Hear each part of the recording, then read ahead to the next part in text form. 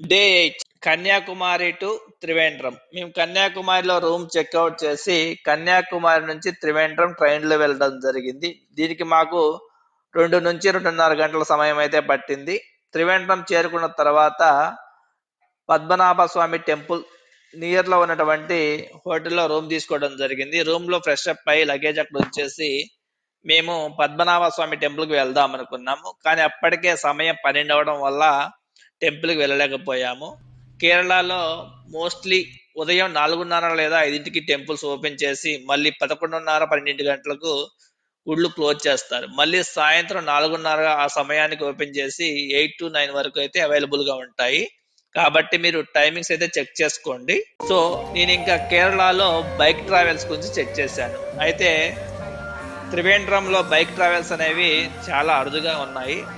ఇక్కడ మీరు apps use చేసి మాత్రమే బైక్స్ బుక్ చేసుకోవడం అందుబాటులో ఉంది. సో త్రివేంద్రంలో మీరు బైక్ కన్నా ఆటో ఈజ్ ద బెస్ట్.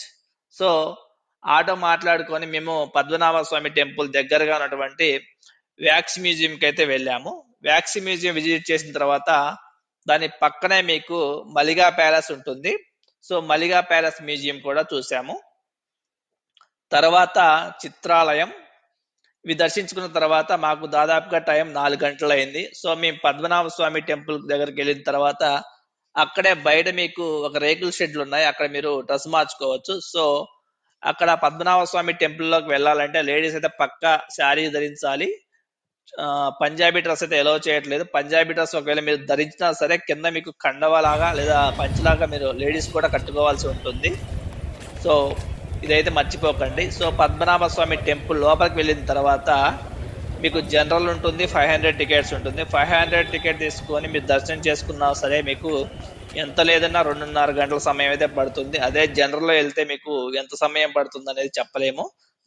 దాదాపు 4 నుంచి 5 గంటల సమయం అయితే పడుతుంది. కాబట్టి దీన్ని మీరు దృష్టిలో పెట్టుకోండి.